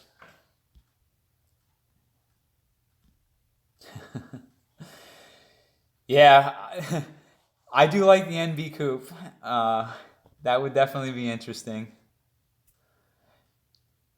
What's up, right side? How you doing, man? Boost for the cure. If I'm ever making a trip out to Chicago, I'll send you a PM. We'll meet up. Yeah, definitely. RX-8's awesome. You know what though? Like a lot of these cars aren't that great on gas mileage. Like we were talking about IS 300s with the inline six. Ryan, what does that get if you're still here for MPGs? Like 18, 17 average? I want to say I average 15, 16 in the RX-8, and that's with me like driving it very spiritedly all the time.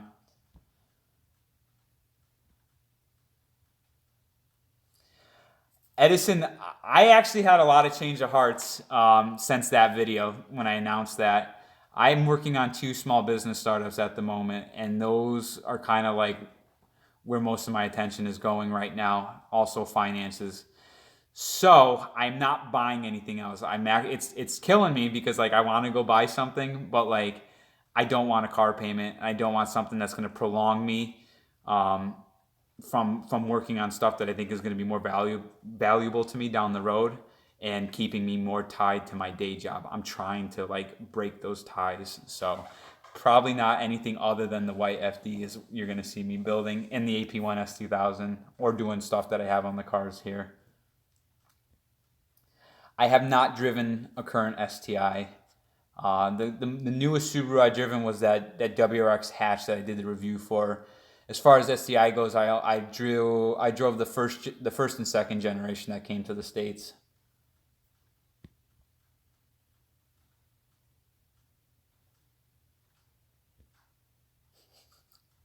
I don't want an Evo. The one that's here with 16,000 miles on it is already having issues. I definitely don't want to deal with that. I'll do a review on it though. He wants me to do a review, so that's going to happen this year. Yeah, I do an RS review.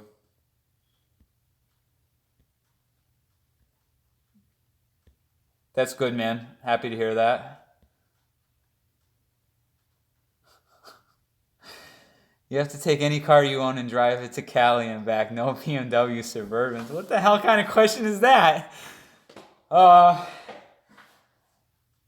if I had to pick right now and I can't do the BMW or the Suburbans, I would probably pick the RX-8 just because it's so damn comfortable. Um, that would be my pick. Fucking question. I can't do the first gen NSX. I would do the first gen with the engine revision, but I can't do the 3 liter with the 5 speed. That gearing just sucks. It sucks so bad for that motor, and a 6 speed swap is not cheap.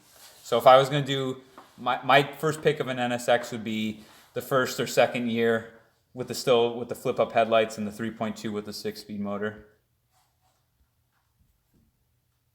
You no way you get 20 horsepower or 20 mile per gallon hammer in that thing. Don't lie. I'm gonna say 17. We should measure that, Ryan. I think that thing does not do better than 17. Times Square. I'd be having so much stress and anxiety driving that thing through the center of New York City.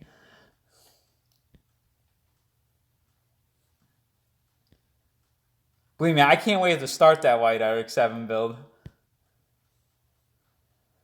Next mod for the S2000. Well, I'm working on it right now, but it's one of the products that I'm working on, so I can't unveil it yet. Um, but when I but when it's ready, you can bet your ass I'm gonna be spamming it to you guys. Other than that, I want to do the ITBs, but I'm not ready to necessarily make that thing screwed for emissions. So I might pick up one of those Skunk 2 intake manifolds pending further reviews. Oh, and I'm gonna do some interior stuff to that.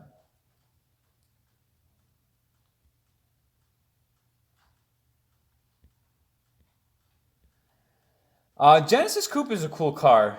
I don't know why they never really took off, especially in a market that's like where like rear wheel drive, manual transmission sports cars is dwindling. So I mean I definitely think it's pretty cool. I was really excited about it when the concept came out. I've been to SEMA once. It was in 2008, and that was when the Genesis Coupe concept was like almost like ready for public sale, and they had one there, and I was like so excited as I approached that car, and then I saw the curb weight on it, and it was like 37 or 3,600 pounds or something like that. I think this was the V6, or maybe I'm quoting that wrong. It was heavy. It was much heavier than I thought it should be, and I was like, oh man, that's disappointing. So, but I've seen some pretty badass built Genesis coupes, and I thought they looked really good. No, I don't think BMW makes the best luxury sport. Well, oh, sports cars. BMW makes the best like the M cars, like the best like drive to work comfortably sports cars. I think. You said sports cars. If you said like sporty luxury cars, I would say like maybe like AMG Mercedes does. Not speaking in reliability, but like just in like build quality and like materials. But yeah, I mean you can't argue with the M3. I can't comment so much on the new M stuff with the turbo engines. I think those are a far cry from uh, the all motor engines. But and the cars are like kind of becoming kind of poser. The M2 concept I thought was really cool, but when I saw that you can't disable the auto rev match on it, I just lost all respect for it.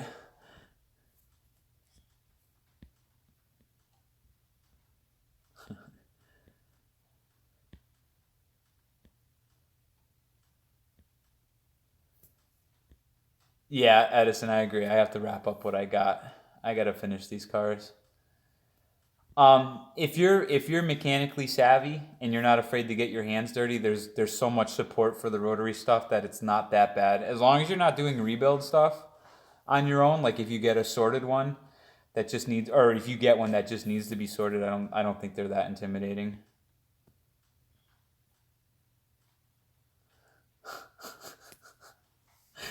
Nickel, I know exactly where that's coming from. You're saying that because I said that about the C5Z06. I still think that the C5Z06 is a really fast piece of shit. Ryan, I'm challenging you on that. We're gonna measure it. I don't believe it. How do you left foot brake without dying? You want to hear how I learned how to left foot brake? You're gonna laugh. I did it in my 1993 Chevy Suburban because the brake pedal is big and it's like forgiving. You can kind of stomp on it. Being an older car, it it doesn't send you flying forward like these modern cars with the really sensitive brake master cylinders. So I just every time I drove that, I would just brake with my left foot, and so I can like kind of develop that modulation feel. And then when I got into the sports cars, I was like, oh, okay, I could do this now.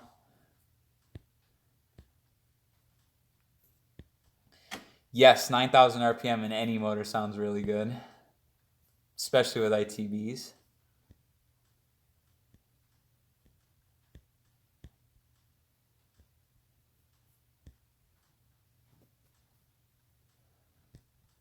That'd be cool if you can, Mr. Brightside. I would hope that you can, but I thought I heard that from a credible source, and I was just like, wow, that's really sad. Yeah, dude, the M cars are like the new M cars are fast. I'm not denying that in any means, and the chassis are just like outrageously rigid. So they got that going to them, but like I just feel like they kind of lost some of the soul that the original M cars embodied, going with those engine platforms.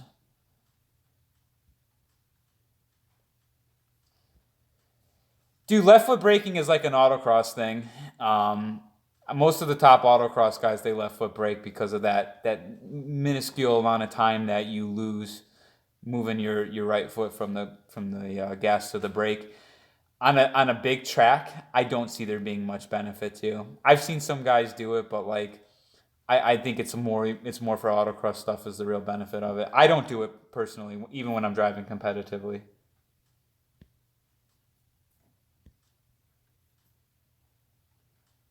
Yeah, man, I totally agree. It really is sad. Like most of these, Ryan and I were talking about this weekend. I was looking at a new Evo magazine, and it was like all the new. There was a Mercedes AMG GTR, an Audi R8 V10 Plus or whatever, and like all those classic cars, new 911. And I said to him, like, is it sad that like not one car on this page like has me excited in the least bit?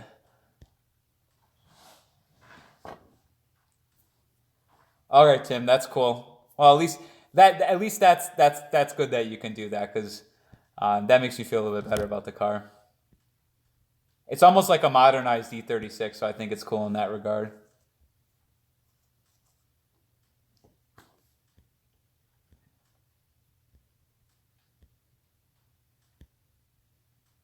Yeah, when I carded, I had the left foot brake, so that was when I used to race cars. That was when I did the most left foot braking. I could see the same thing translating over to a Formula car too, just because you're more on and off the brake. You're really if you are not on or off the brake in a Formula car, then you're doing something wrong. You shouldn't be coasting ever. So in that regard, left foot braking would be beneficial there. E39 M5 wagon. Um, I don't think I'm buying any more BMWs. I love my Z4M. I don't like working on it, and everything that I do to it takes like 3 times longer than it does on the equivalent Japanese cars. So I don't think I'm going to own another BMW. Yes, I love the Lotus seats. I think for even if you get like a Pro Max version, they're definitely comfortable enough to like take a couple hour drive in. Um, the fact that the fact that like you gain cabin space and they look good and they're lightweight. I think they're a great option.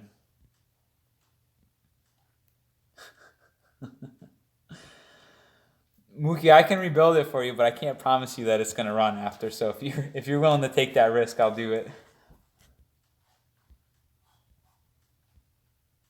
Sup, Cameron?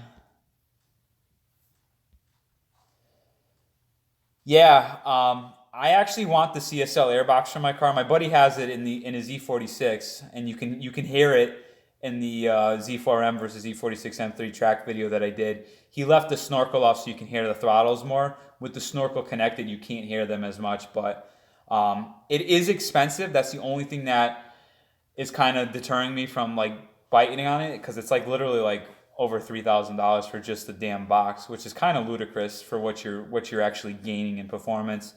I did put together pricing for a backing plate with a sausage filter for an inline six, and I could do the whole setup with new velocity stacks for like $600.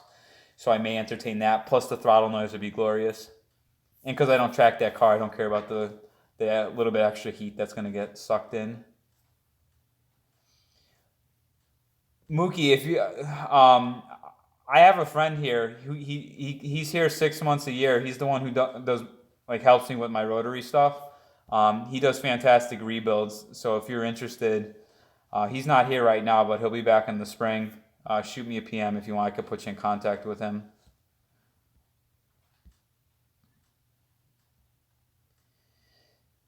If RX-8s are super cheap everywhere, if you are wary about your mechanic skills, get a Series 2, which is the '09 and up.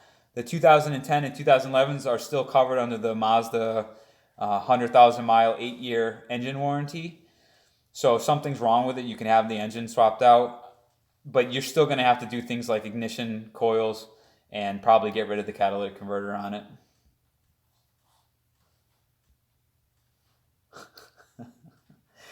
Yeah, dude, I just working on BMW stuff is punishing. It's just like I wonder how they engineered that to like it's like taking it off was like not a priority.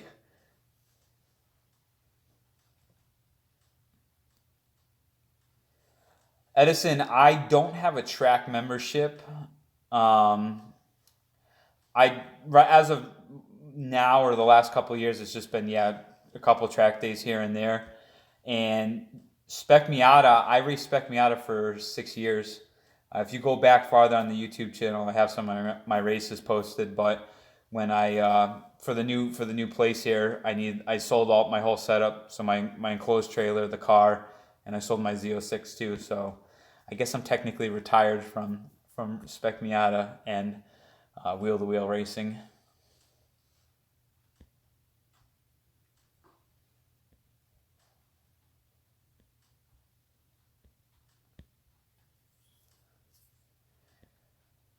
Dan, does anybody even make a billet crank for the NB? Honestly, like I still don't think the NB was meant for high RPM any of the BP platforms. If you look at like a Honda, like go look at a breakdown of a Honda motor, like F20, use F20, right? Because I think F20, F22 is like the epitome of the Honda four cylinders. But the crank girdle and support on those things is like what you need for high RPM. Plus, like the cylinder sleeves in them, they're fiber reinforced material FRM. They're like lower surface friction. Like it's got all the right things for a high RPM application. And even with a billet crank that would allow you to rev higher on the NB, I still think there's going to be compromised life on it because it doesn't have that sort of support around the crank itself. Sausage, sausage filters like what I have in my NB. It looks like a giant sausage and it covers over all the throttles. Instead of doing like individual booties, it's like a big honking wiener looking thing.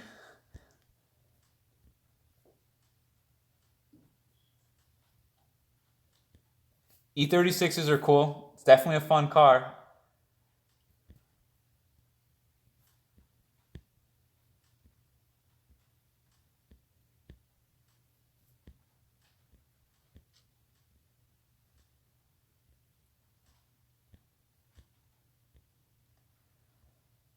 Cameron, what year is the 987 Cayman? Is that the IMS bearing failure years or is that the '06 up?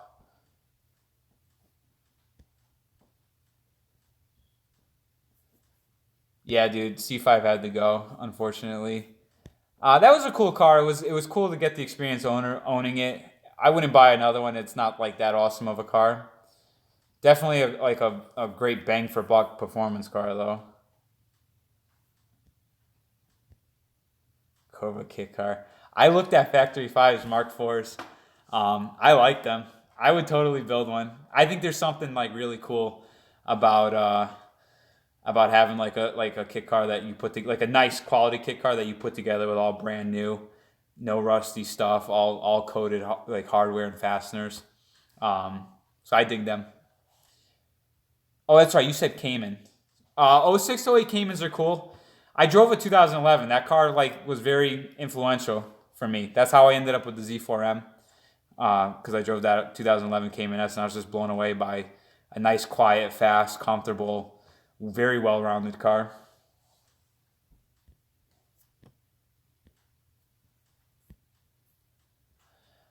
65 Mustang kit car. I don't know. I've never put that much thought into it.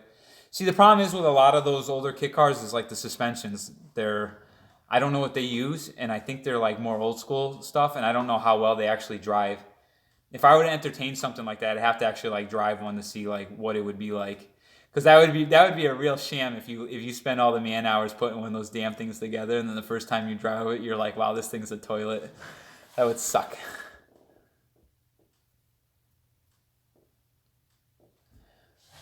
I don't have anybody who's offered up a Cayman or a Boxster to review, but if somebody brought me one, I would certainly do it. I think they're great cars, so just from like a packaging standpoint.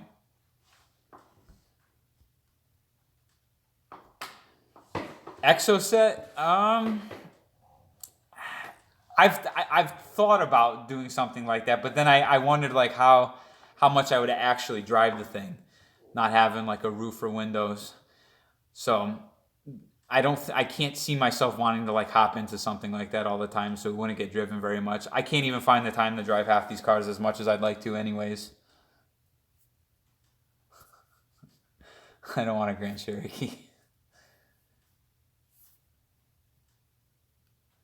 Can't stand looking at the box there. Cameron, 2008, we got some fun stuff planned. I worked out something with Lime Rock Park to do filming there, and we're gonna get access to both the autocross and the big track. Ryan and I have a new venue that we're doing. It's kind of going to be like almost like an American version of Best Motoring Hot Version. So that's something I'm really looking forward to for this year. Plus the white FD build is going to eventually start happening. Plus I'm getting a lift soon for the garage finally.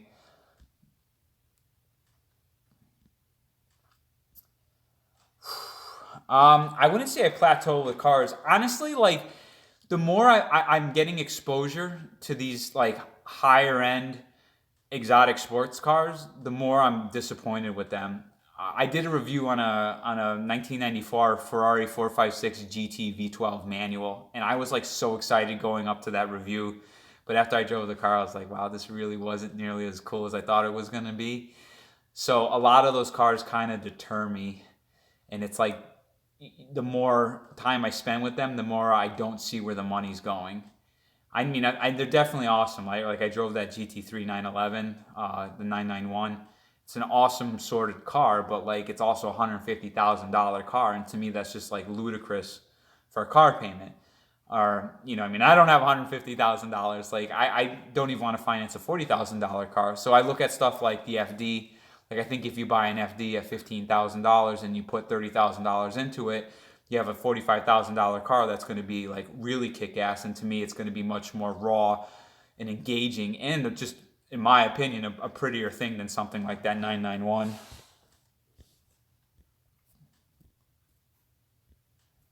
Ariel Adams a cool car. I don't think they're worth what they cost because it's just a bunch of tubes with a Honda motor. But if I was looking at if you were interested in Ariel Atom, I would say get an Exoset. I think the Exoset, because it's the Miata platform, Miata suspension, it probably drives better because it's not like a rear engine car. It's just you got all the beautiful balance of a Miata, but it's like really lightweight. Speed 3, Speed 6, it's really, I don't own any cars like that because I don't do front wheel drive or all wheel drive anymore. I'm like strictly rear wheel drive at this point, and I don't see that ever changing.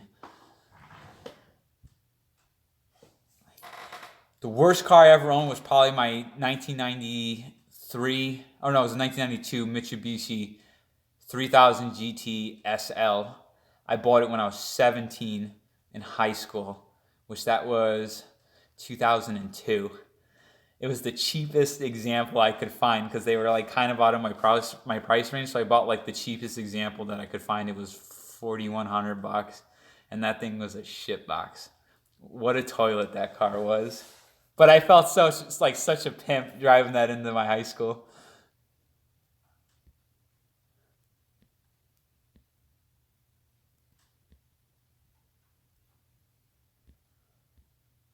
Thank you, Nickel.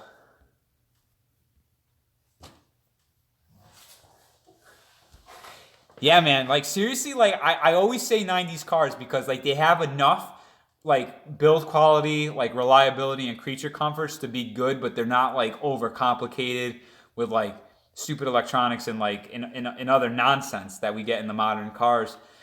Plus they're like they're just raw and engaging, so like I really gravitate towards those eras of cars. I think it's the best. It's the golden era. That's it, Matt. You got it. Rear wheel drive is where it's at. I love it. How many of you guys grew up in the 90s? I was born in the 80s. How many are in that age range that are in here? That's one of the things I don't really know is what the age range is for you guys who follow. 86, 96. All right, all right. So a lot of you guys saw the saw the 90s stuff transpire. That's cool. That was him pimp. All right, here you go. What's your all favorite thing from the 90s other than the cars? And then we'll probably end this off in a couple minutes because it's getting late. R34 GQM pimp photos. I don't know if I really have the whole pimp motif going on. Not going to school.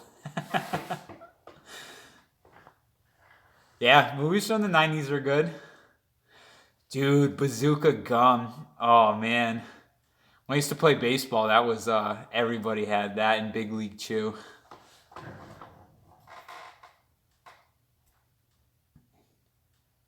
86. Matt, we're almost the same age. Yeah, dude, 90s rap was good. It's a lot different now.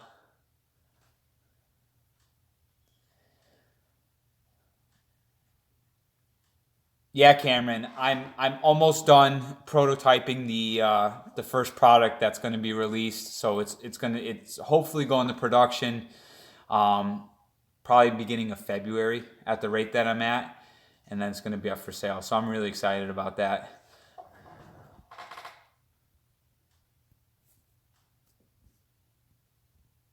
Art Attack. I'm not dropping a V. I don't want to butcher that.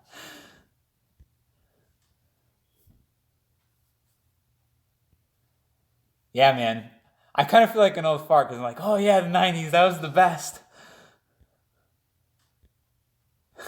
Sick, Matt. Forrest Gump, epic movie. That was definitely a good movie. I have some ideas for Miata stuff. Again, I'm doing this stuff because I work a full time job, so I'm doing this on the side. So it's like the progress is slow. Doing this, trying to do the channel stuff, and like everything else, like I got to just like set aside time throughout the week to work on stuff. But I do have some Miata ideas. It's just not going to be within the initial stuff that I'm releasing.